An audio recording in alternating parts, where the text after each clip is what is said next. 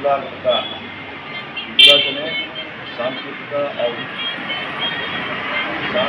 ಉತ್ಸವ ಹಾಗೂ ರಾಜ್ಯ ಮಟ್ಟದ ಕರ್ನಾಟಕ ಸೇವಾ ರತ್ನ ಬೆಳ್ಳಿ ಪ್ರಶಸ್ತಿ ಪ್ರದಾನ ಸಮಾರಂಭವನ್ನು ಮುಂದಿನ ತಿಂಗಳು ಅಂದರೆ 17ನೇ ತಾರೀಕು 2025 ದಿನದಂದು ಮೈಸೂರು ನಗರದ JK ಗ್ರೌಂಡ್ನಲ್ಲಿ ಇದನ್ನು ಆಯೋಜನೆ ಮಾಡಲಾಗಿದೆ.